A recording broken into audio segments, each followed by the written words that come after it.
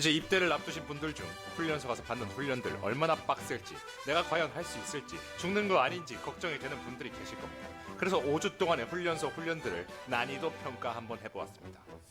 일단은 입대해서 이병식 하고 물품 맞고 맛도 없는 밥을 먹고 똥도 못 싸고 등등 여러가지 힘든 일이 많지만 순수하게 훈련만 따져보았습니다. 일단 훈련소에 들어가면 우리는 왜 복무해야 하는가, 국민들의 귀중한 세금을 왜 굳이 군을 위해 내는가, 북한은 어떤 나라인가, 우리 젊은 청년으로서 우리는 무엇을 해야 하는가 등 평생 들어본 적 없는 정신교육을 받아야 합니다.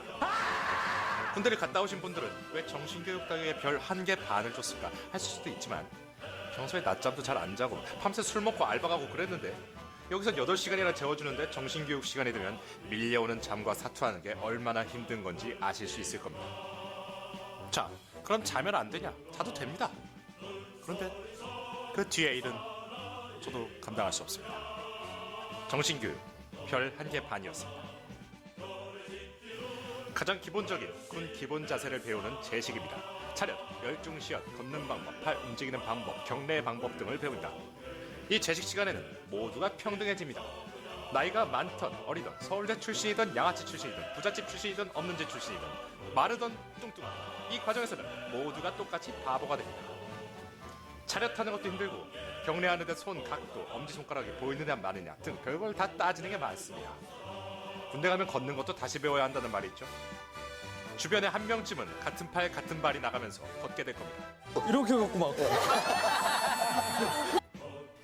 얕잡아 보실 수 있지만 하루 종일 연병장에서 차렷, 열중전, 경례 계속 걷기 하다 보면 현기증이 나고 절대 무시할 수 없는 과정입니다. 그래서 별 2개. 기본 사격술은 총기 분해 조립, 조준법, 격발법 등을 배웁니다. 특별히 어려운 과정은 없지만 훈련소에서 총기에 대해 굉장히 무거운 분위기에서 가르치기 때문에 정신을 아주 똑바로 차려야 합니다. 혹시라도 소대원들 중 총기 부품을 잃어버리는 대참사가 없기를 기도하는 그런 시간입니다.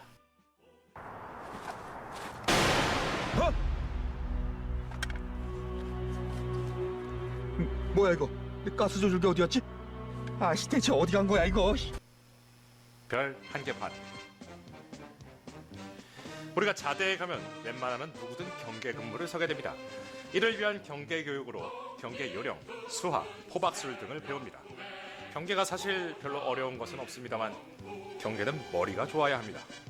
드라마 대본 외우듯이 경계의 시나리오를 줄줄 외워야 하므로 거의 암기 과목이라고 해도 다름없습니다. 별 1개. 다음은 훈련병들의 희망, 훈련병들의 빛, 훈련병들의 아주 구세주 같은 그런 과목입니다. 구급법. 육체적 정신적 피로에 쩌든 훈련병들에게 한 줄기 담비와 같은 과정으로 심폐소생술, 붕대 감는 법, 환자 후송 등을 배웁니다. 훈련소에서 구급법조차 힘들게 만들어야지 하는 악마 같은 마인드가 없는 이상 훈련병들은 이 기간에 힐링을 할 수 있습니다. 별 1개. 훈련소에서 총기보다 더 무겁게 다루는 과정이 바로 수류탄입니다. 제가 군생활을 할 때는 한 일주일 동안 밥 먹기 전후 그리고 점호 끝나고 나서 항상 수류탄 던지기 모의 연습을 시킬 정도였는데 이게 과장이 아니라 수류탄이 정말 위험한 무기입니다. FPS 게임에서 보던 것과는 달리 차원이 다를 정도로 파괴력이 있어 저도 아주 깜짝 놀랐던 기억이 있습니다. 긴장하는 시간이 바로 이 순간이다.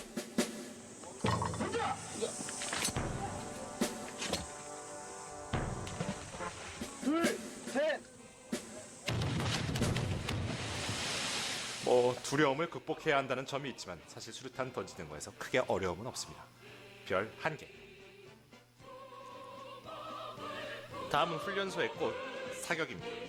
사격은 짧은 거리의 0점 사격과 실거리 기록 사격으로 나뉘는데 사실 사격 자체는 굉장히 재밌습니다. 잘하면 포상도 받을 수 있고요. 그런데 문제는 훈련소에서 시키는 사격술 예비 훈련, 일명 PRI입니다. 다른 조와 사격을 하는 동안 나머지는 가만히 노느냐? 그렇지 않습니다. 드럼통 하나를 대상으로 예비 사격술 연습을 하는데 엎드렸다 일어섰다를 반복하고 흙먼지를 오지게 먹고 팔꿈치는 다 까지는 그런 고통을 경험할 수 있습니다. PRI 덕분에 사격은 별 3개. 화생방은 진짜 사나이나 여러 매체에서 워낙 알려져서 군대를 안 가신 분들도 화생방이 대략 어떤 건지는 알고 계실 겁니다. CS 캡슐이라는 것을 태워 훈련병들의 눈과 코에 캡사이신을 들어붓는 것 같은 아주 고통을 주는데, 그래도 요새는 가스실에서 방독면을 벗게 하는 행위는 거의 최소화되었다고 하니 다행이네요. 하지만 훈련소의 방독면이 영 상태가 좋지 못한 편이기 때문에 방독면을 쓰고 있다고 해서 안심할 수 없습니다. 화생방에 별점이 없는 이유는 의외로 쉽게 별거 아니었다고 하는 친구들도 있고 최악이었다고 하는 친구들도 있고 개인차가 심해서 물음표를 주었습니다. 참고로 화생방은 가스 실습을 하는 그 방이 아니고 화학, 생화학, 방사능을 말합니다. 저만 입대하기 전에 방으로 알았나요? 각계전투가 뭐냐 궁금하신 분들이 계실 겁니다. 낮은 포복, 응용 포복, 뒤로 누워 포복 등 그동안 익힌 동작으로 온몸을 이용해 전진하기도 하고, 네, 이런 거 하는 겁니다.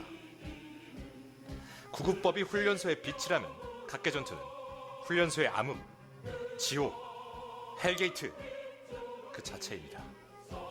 이 훈련이 얼마나 무섭냐면 각계전투 훈련 전에 CS보이라 불리는 후져 빠진 전투복을 지급하고 총도 상할까봐 아주 패급 소총을 지급합니다.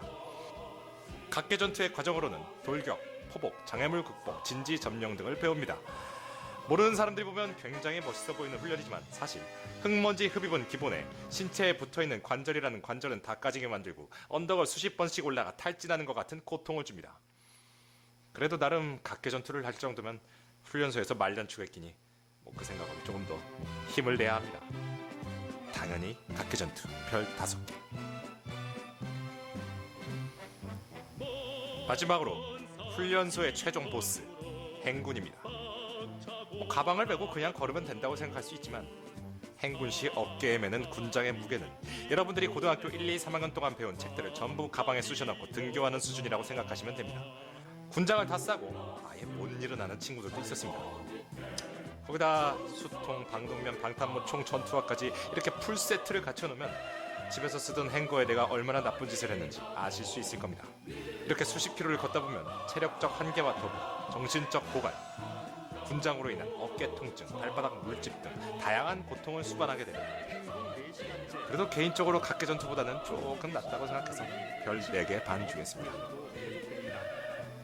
훈련소 훈련의 난이도를 살펴보았는데요. 사실 웬만한 환자가 아닌 이상 대부분의 훈련들을 포기하지 않고 다들 수료하게 됩니다.